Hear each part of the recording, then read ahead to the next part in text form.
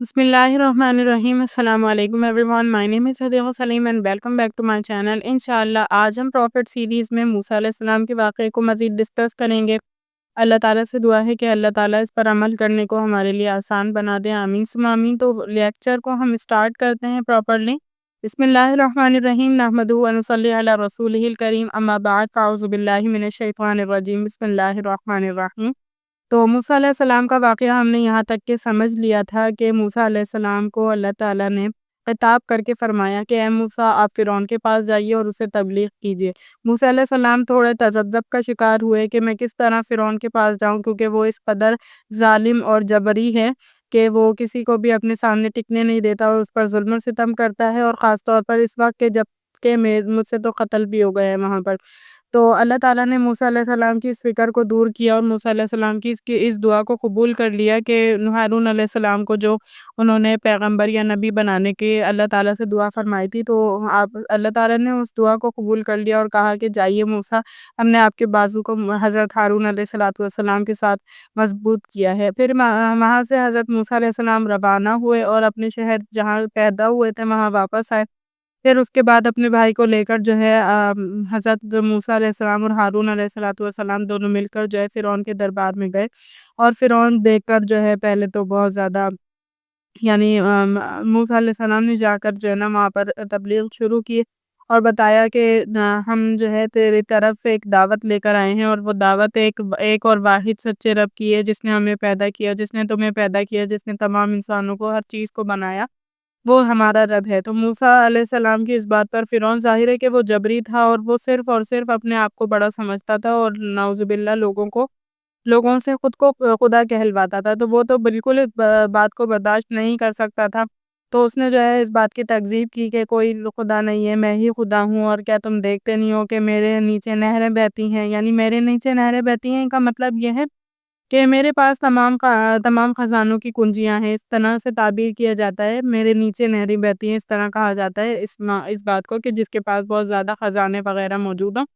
خیر جو ہے وہاں پر اس طرح تکذیب کی اور اس نے ان کی بات نہیں مانی اور کہا، یعنی اس پہ اور یہ کہ موسیٰ علیہ السلام کو جو ہے ایک طرح کا احسان جتلایا اپنا کہ میں نے تو تم پر احسان کیا کہ تمہیں اپنے دربار میں پالا، تمہارے تو والدین بھی نہیں تھے، یہ وہ اس طرح کہا۔ تو موسیٰ علیہ السلام کو یعنی اپنے اس میں لینا چاہا کہ اپنے احسان تلے وہ کرنا چاہا۔ تو موسیٰ علیہ السلام نے اس کا یہ جواب دیا کہ اگر تم یعنی بنی اسرائیل پہ اس طرح جبر اور تسلط نہیں رکھتے کہ ان کے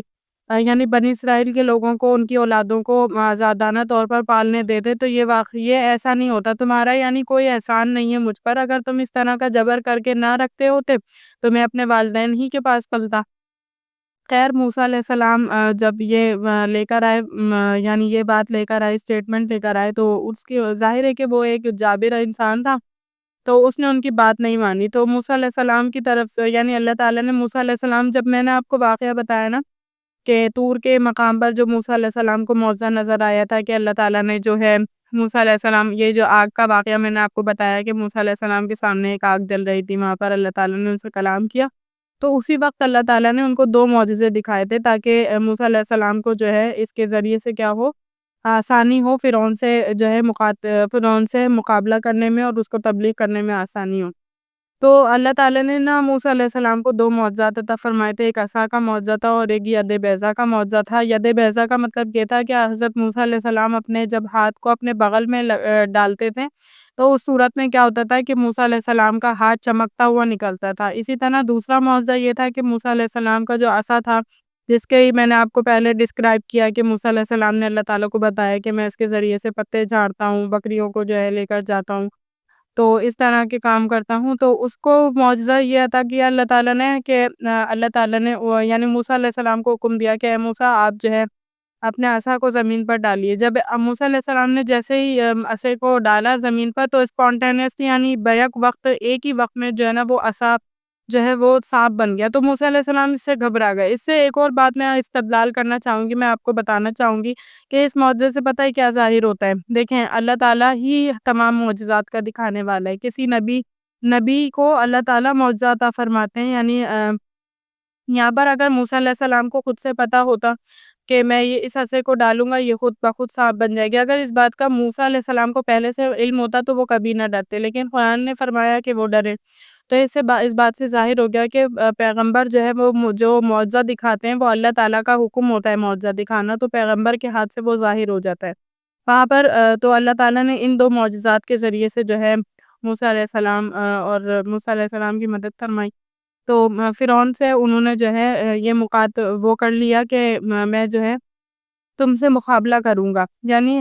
دونوں کا مقابلہ ٹھہرا، ایک کمپٹیشن جیسے ہم کہتے ہیں کہ کمپٹیشن ٹھہرا کہ فرعون اور موسیٰ علیہ السلام کا۔ فرعون کی طرف سے جو ہے نا بہت سارے جادوگر تھے جو جادو اس وقت اللہ تعالیٰ کی یہ قدرت ہوتی ہے کہ اللہ تعالیٰ جو ہے نا ہر زمانے کے اعتبار سے معجزہ دیتے ہیں۔ یہ بہت انٹلیکچولی بات ہے کہ یعنی ہم سمجھتے ہیں کہ دین جو ہے بس ایسا ہے کہ صوفیزم، یعنی کہ آپ ایک حجرے میں محصور ہو کر بیٹھ جائیں اور آپ کا دین اور یعنی دنیا سے کوئی تعلق نہیں، ایسا نہیں ہوتا۔ اللہ تعالیٰ نے قرآن مجید میں دیکھیں کتنی ساری آیتیں نازل فرمائی ہیں کہ تمہارے اوپر بیوی بچوں کے حقوق ہیں، اپنے والدین کے حقوق ہیں، اپنے رشتہ داروں کے حقوق ہیں، سب کے حقوق اور فرائض اللہ تعالیٰ نے آپ پر لازم کیے ہیں۔ تو اس کا یہ مطلب نہیں ہے، اس کا مطلب یہ ہے کہ یعنی قرآن کی یہ تمام آیتیں اس بات کی دلیل ہے کہ آپ کو ان کے ساتھ رہنا ہے اور ان کے خیال کرتے ہوئے حقوق کی ادائیگی کرتے ہوئے آپ کو دین کو لے کر چلنا ہے، ٹھیک ہے۔ تو موسیٰ علیہ السلام جو ہے یعنی کہ موسیٰ علیہ السلام کو یہ دو معجزات عطا فرمائے گئے تھے، اور موسیٰ علیہ السلام نے جو ہے یعنی فرعون سے یہ وہ کر لی، یعنی ایگریمنٹ کر لیا کہ ہم عید کے دن، ان کی جو عید کا دن ہوتا تھا، یعنی بنی اسرائیل جس دن جمع ہوتے تھے ایک جگہ پر، اس دن کا جو ہے انہوں نے کیا کر لیا، ایک فیصلہ کر لیا کہ ہم جمع ہوں گے اور مقابلہ ہوگا اس دن کے کس کا جادو زیادہ طاقتور ہے۔ جادو کہہ رہا تھا نا فرعون حضرت موسیٰ علیہ السلام کے معجزے کو، تو کہنے لگا کہ اس دن فیصلہ ہو جائے گا کہ کس کا جادو زیادہ طاقتور ہے۔ اس دن جو ہے موسیٰ علیہ السلام ظاہر ہوئے وہاں پر، اور فرعون کے لوگ بھی ظاہر ہوئے۔ اب فرعون کے جو جادوگر تھے، اب یہاں پر ایک بڑی خوبصورت بات آپ کو پتہ چلے گی، یہ بہت ساری کتابوں میں یہ بات ہوتی ہے اور بہت ساری کتابوں میں نہیں بھی ہوتی، تو ایک امپورٹنٹ پوائنٹ آپ کو پتہ چلے گا کہ ہمارے اساتذہ کرام نے یہ بات بتائی ہے کہ جب موسیٰ علیہ السلام کے مقابلے میں جو فرعون کے جادوگر آئے تھے نا، تو موسیٰ علیہ السلام یا کسی بھی نبی کی جو ڈریسنگ ہوتی ہے، یعنی ڈریسنگ لباس اتنا مہذب ہوتا ہے، اتنا پیارا لباس ہوتا ہے ان کا کہ جو ہے لوگ اس سے متاثر ہوتے ہیں۔ اور آپ نے یہ بات اچھی بخوبی سنی ہوگی کہ کوئی بھی نبی جو ہے، یعنی نبی کو اللہ تعالیٰ جو ہے بہت خوبصورت بناتے ہیں، یعنی اپنی قوم میں جو ہے وہ بہت زیادہ پرسنالٹی کے اعتبار سے بھی بہت پیارے ہوتے ہیں، اور ان کی بات ایسی ہوتی ہے جیسے کچھ لوگ ہوتے ہیں نا جن کی باتوں میں کیا ہوتا ہے، بہت وزن ہوتا ہے، ان کی بات نا بہت وزندار ہوتی ہے، ایسی نہیں ہوتی عام لوگوں کی باتوں کی طرح، بہت زیادہ وزندار بات ہوتی ہے ان کی۔ اسی طرح میں آپ کو اس وقت جو ہے نا، ظاہر ہے کہ ہمارا لیکچر جو ہے نا اوورآل ہماری اصلاح کے لیے، تو جو باتیں میں کر رہی ہوں ابھی یہ میں خود بھی گیٹ کروں گی انشاءاللہ، یعنی کہ جب کوئی اپنی زبان سے کوئی بات جاری ہو جاتی ہے نا تو انسان خود بھی متنبع ہو جاتا ہے کہ اب مجھے بھی اس پر عمل کرنا ہے، ٹھیک ہے۔ تو میں یہاں پر یہ بتانا چاہ رہی ہوں کہ کچھ افراد کے زبان میں بہت تاثیر ہوتی ہے، ایسے محسوس آپ نے بھی کیا ہوگا، تو تاثیر ہوتی ہے، اس کے بارے میں یہ بھی کہا جاتا ہے کہ درود ابراہیم جو جتنا زیادہ پڑھتا ہے نا، اس کی زبان میں اتنی زیادہ تاثیر اور وزن پیدا ہو جاتا ہے، یعنی آپ کوئی بات ذری سی بات کہتے ہیں اس کا اتنا زیادہ وزن اللہ تعالیٰ پیدا کر دیتے ہیں کہ لوگ اس پر حیران رہ جاتے ہیں کہ اتنے تو ہونٹ ہلائے اور ہمارے دلوں پر اتنا زیادہ رعب پیدا ہو گیا۔ نبی کریم صلی اللہ علیہ وآلہ وسلم کا بھی یہی حال تھا کہ آپ صلی اللہ علیہ وآلہ وسلم جوامع الکلم کی صفت کے ساتھ متصف تھے۔ جوامع الکلم کا مطلب یہ ہوتا ہے کہ الفاظ بہت تھوڑے سے ہوں لیکن مفہوم بہت بڑا ہو۔ قرآن مجید کا ہر کلام، قرآن مجید کی ہر آیت اسی اصول پر مبنی ہے۔ آپ دیکھ لیں قرآن مجید کی آیتیں جو ہیں اس میں اتنی چھوٹی سی آیت ہوگی لیکن اتنا زیادہ مفہوم نکلے گا۔ مثال کے طور پر میں آپ کو ایک آیت بتاتی ہوں۔ قرآن مجید میں اللہ تعالیٰ نے فرمایا وَلَكُمْ فِي الْقِصَاصِ حَيَاتٌ، تمہارے لیے قصاص میں زندگی ہے۔ قصاص کا مطلب ہوتا ہے کہ ایک بندے نے کسی کا قتل کیا نا،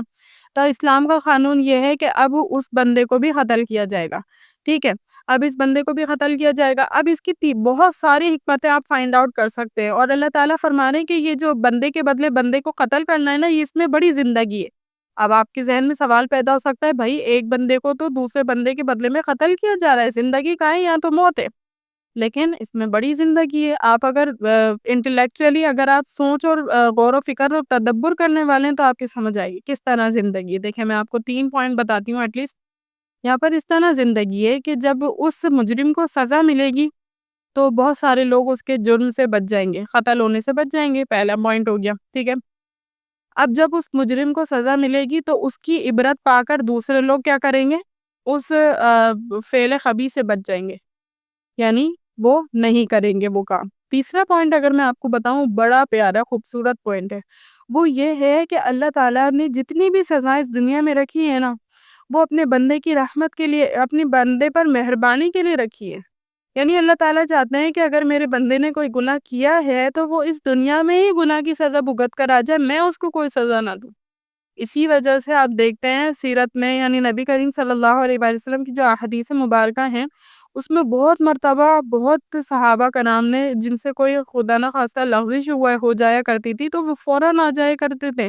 کہ نبی ہم سے صلی اللہ علیہ وسلم، ہم سے گناہ ہو گیا، آپ ہم پر سزا جاری کر دیجئے۔ ایک عورت سے اسی وقت میں جو ہے ایک عورت سے زنا ہو گیا، تو وہ آئیں آپ صلی اللہ علیہ وسلم کی خدمت میں اور کہنے لگی، یا اللہ، یا رسول اللہ صلی اللہ علیہ وسلم، میرے سے زنا ہو گیا ہے اور آپ مجھ پر حد جاری کر دیجئے۔ اب وہ عورت جو ہے وہ حاملہ بھی تھی، یعنی وضع حمل، یعنی پریگننٹ تھی وہ عورت۔ تو نبی کریم صلی اللہ علیہ وآلہ وسلم نے اس کے گھر والوں سے کہا کہ اب اس عورت کا خیال رکھیں، کیونکہ اس حالت میں، یعنی بچے کی موجودگی میں، ہم اس پر سزا جاری نہیں کروا سکتے۔ تو جب وضع حمل ہو گیا، بچہ پیدا ہو گیا، اس کے بعد نبی کریم صلی اللہ علیہ وسلم نے اس کے گھر والوں کو ہدایت دے دی کہ آپ جو ہے جب اس کا وضع حمل ہو جائے تو آپ ہمیں ہمارے پاس لائیے گا۔ خیر اس کا بچہ پیدا ہو گیا، اس کے بعد اس کو لایا گیا، پھر اس کے رجم کی سزا ہوتی ہے۔ ظاہر ہے کہ اسلام میں اگر کوئی زنا کر لے اور وہ شادی شدہ ہو تو پھر اس پر جو ہے رجم، پتھر مار کر ہلاک کیا جاتا ہے اسے۔ تو وہ آئی آپ صلی اللہ علیہ وسلم کے پاس، پھر آپ صلی اللہ علیہ وسلم کے ذریعے سے اس پر رجم کی سزا جاری کی گئی، یعنی پتھر مار کر ہلاک کیا گیا۔ تو یہاں پر جو ہے نا صحابہ کرام رضوان اللہ، پھر آپ صلی اللہ علیہ وسلم نے اس کی نماز جنازہ بھی ادا کی۔ تو صحابہ کرام رضوان اللہ اجمعین حیران کہ آپ صلی اللہ علیہ وسلم ایک زناکار کی نماز جنازہ ادا کر رہے ہیں۔ تو آپ صلی اللہ علیہ وسلم نے فرمایا کہ اس عورت نے ایسی توبہ کی ہے کہ اگر اس کی توبہ کو 70 آدمیوں پر بھی تقسیم کر دیا جائے نا تو سب کو کافی ہو جائے، یعنی سب کی بخشش ہو جائے گی اس ایک عورت کی توبہ کی وجہ سے، یعنی اتنی پاورفل توبہ کی ہے اس نے۔ تو بتانے کا مقصد یہ ہے کہ موسیٰ علیہ السلام اور کو جو معجزہ دیا گیا، اللہ تعالیٰ نے معجزہ دیا، تو اس کا بڑا فائدہ تھا، یعنی ایک بہت بڑا وہ تھا، یعنی سامنے جو ہے اللہ تعالیٰ کی حکمت پر مبنی وہ معجزہ تھا۔ خیر میں یہ بتانا یہاں یہ چاہ رہی تھی کہ جو وہ فرعون کے جادوگر آئے تھے نا موسیٰ علیہ السلام کے مقابلے میں، موسیٰ علیہ السلام کا حلیہ اتنا خوبصورت تھا کہ وہ موسیٰ علیہ السلام کے گیٹ اپ کو فالو کر کے آئے تھے۔ انہوں نے پہلے دیکھ لیا تھا ایک مرتبہ موسیٰ علیہ السلام کی حاضری، میں نے جیسے کہ ابھی بتایا، ایک مرتبہ حاضری ہوئی تھی نا دربار میں، یعنی فرعون کے جو محل میں، تو انہوں نے اس وقت دیکھا تھا، تو اس سے امپریس ہو کر جو ہے جب دوسری مرتبہ مقابلے میں، بڑے مقابلے میں آئے تھے نا، تو موسیٰ علیہ السلام کے گیٹ اپ کو فالو کر کے آئے تھے۔ حالانکہ تھے وہ اپنے دین پر ابھی بھی، لیکن ان کے گیٹ اپ سے بڑا متاثر ہوئے تھے، ان کا خوبصورت سا گیٹ اپ تھا نبیوں کا، ظاہر ہے کیسا مہذبانہ اور کتنا خوبصورت ہوگا، داڑھی ہوگی اور جتنے لوازمات ہوتے ہیں کہ مسلمان کی زندگی میں وہ تھے۔ تو پھر اس کے بعد کیا ہوا، موسیٰ علیہ السلام اب کہا کہ کون پہلے ڈالے گا نا، تو اس کے بعد کیا ہوا، موسیٰ علیہ السلام نے کہا کہ جادوگروں سے کہا کہ تم پہلے اپنے رس سے ڈالو، یعنی اپنا جادو تم دکھاؤ پہلے، جو دکھانا چاہتے ہو۔ تو انہوں نے ڈالا، اپنی رسیوں کو ڈالا، وہ یکایک سانپیں بن گئی، بہت سارے سانپ بن گئے نا، جتنے جادوگر تھے انہوں نے رسیاں ڈالی، سانپ بن گئے۔ اب موسیٰ علیہ السلام نے بھی اپنا عصا ڈالا، اس کے بعد اتنا بڑا اژدہا بن گیا کہ ان سارے سانپوں کو نگل لیا اس نے۔ یعنی اس معجزے کو دیکھ کر جو ہے وہ جادوگر سجدے میں گر پڑے، کیونکہ وہ جادو کی حد کو جانتے تھے، وہ یہ سمجھ گئے کہ یہ جادو نہیں ہے، یہ مسمرزم نہیں ہے، یہ اصل ہے، یہ کوئی اور چیز ہے، یہ معجزہ ہے۔ وہ اس بات کو اعتراف کر گئے اس بات کا، اور وہ سجدے میں گر گئے اور کہنے لگے، فرعون ہکا بکا اور اسے اتنا زیادہ طیش اور غضب کا شکار ہو گیا کہ یہ کیسے ہو گیا کہ یہ میری مخالفت کرے۔ تو کہنے لگا کہ تم سب ملے ہوئے ہو، تم سب نے جو ہے نا یہ ڈھونگ رچایا ہے اور میرے سامنے یہ سب کیا ہے، اور تم سب ملے ہوئے ہو۔ تو اللہ تعالیٰ نے، اور پھر صرف ایمان نہیں لائے، وہ پھر کہنے لگے، جب اس نے کہا نا کہ لَأُصَلِّبَنَّكُمْ فِي جُذُوعِ النَّخْلِ، کہ میں تمہیں جو ہے نا سولی دوں گا کھجور کی شاخوں پر، اور پھر جو ہے نا تمہارے ہاتھوں پیروں کو مخالف سمتوں سے کاٹوں گا، اس نے کہا، فرعون نے کہا تو اس پر بھی وہ کہنے لگے کہ تو ہمیں جو بھی سزا دے دے وہ دنیا کی سزا دے گا، ہمیں آخرت کی کوئی سزا نہیں ملے گی اگر ہم ایمان لے کر آ گئے، ہمیں کوئی خوف نہیں ہے اب تو جو کچھ کرنا چاہتا ہے کر، ہم ایمان لے کر آ گئے ہیں موسیٰ علیہ السلام کے پروردگار پر۔ تو یہ اتنا خوبصورت واقعہ وہاں پر پیش آیا، تو اس طرح سے ہوا الحمدللہ یہاں تک کہ ہمارا واقعہ کمپلیٹ ہو گیا ہے۔ انشاءاللہ تھرڈ پارٹ میں ہم اس سے آگے سے کنٹینیو کریں گے۔ اللہ تعالیٰ سے دعا ہے کہ اللہ تعالیٰ اس میں جتنے بھی ہم نے عملی پہلو سمجھے اور جتنے بھی عقائد کے اعتبار سے چیزیں سمجھی ان کو سمجھنے کی، ان کو دل میں راسخ ہونے کی توفیق عطا فرمائے۔ آمین ثم آمین۔ وآخر الدعوانا الحمدللہ رب العالمین۔ السلام علیکم۔